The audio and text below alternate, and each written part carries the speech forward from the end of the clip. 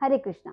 भक्ति भक्ति एक ऐसा शब्द है जिसे हम बचपन से सुनते आ रहे हैं। भक्ति शब्द का प्रयोग भगवान के संदर्भ में किया जाता है। भक्ति की परिभाषा तब संपन्न होती है जब भक्त अपने आराध्य, अपने भगवान के प्रति पूर्ण रूप से मन, कर्म और वचन से समर्पित हो और उनकी सेवा में लग जाए। भगवान की भक्ति किसी भी प्रकार की मानसिक कल्पनाओं में खो जाने की विधि बिल्कुल नहीं है, बल्कि ये भक्ति में सेवा द्वारा भगवान के साथ आदान प्रदान से पूर्ण होती है। इसलिए हम भी मन ही मन प्रेम करने के अलावा मन, वचन, कर्म से भगवान को प्रसन्न कर सकते हैं। कई बार हमें ऐसा लगता है भक्ति एक ड्यूटी है, लेकिन ऐसा नहीं है।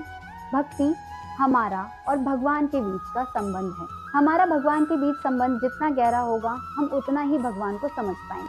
हम भगवान को इसलिए नहीं समझ पाते क्योंकि हमारा केंद्र बिंदु यानी सेंटर भगवान नहीं है, और महीने में एक आध बार हुआ तो मंदिर हो आते हैं। पहले मैं भी ऐसा ही करती थी। भक्ति के नाम पर धूप दीप दिखाना और अपनी विश लिस्ट या मांग की प्रार्थना करना को मैं भक्ति समझती थी। हम अपने काम धंधों में इतना फंसे रहते हैं कि भगवान की उपस्थिति को ही भूल जाते हैं। काम धंधों से प्राप्त होने वाली आजीविका, हम अपनी आजीविका को अपने भोग के लिए समझते हैं।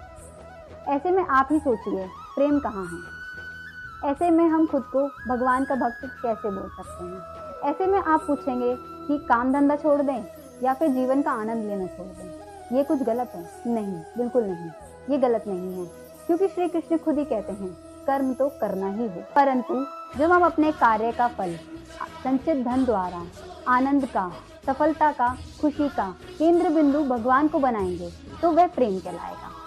लेकिन श्री कृष्ण की इच्छा, उनके आनंद द्वारा किए गए कार्य को प्रेम कहते हैं। तो सोचने वाली बात यह है कि हम अपने आप से प्रेम करते हैं या भगवान से। यदि भगवान से, तो यही भक्ति है। अब इतना तो समझ में आ गया कि भगवान की इच्छा, उनके आनंद से किए गए कार्य को ही भक्ति कहते हैं। लेकिन दैनिक जीवन या व्यवहारिक रूप से भक्ति कैसे हो, इस प्रश्न का उत्तर हम अपनी अगली वीडियो में देंगे। हरे कृष्णा।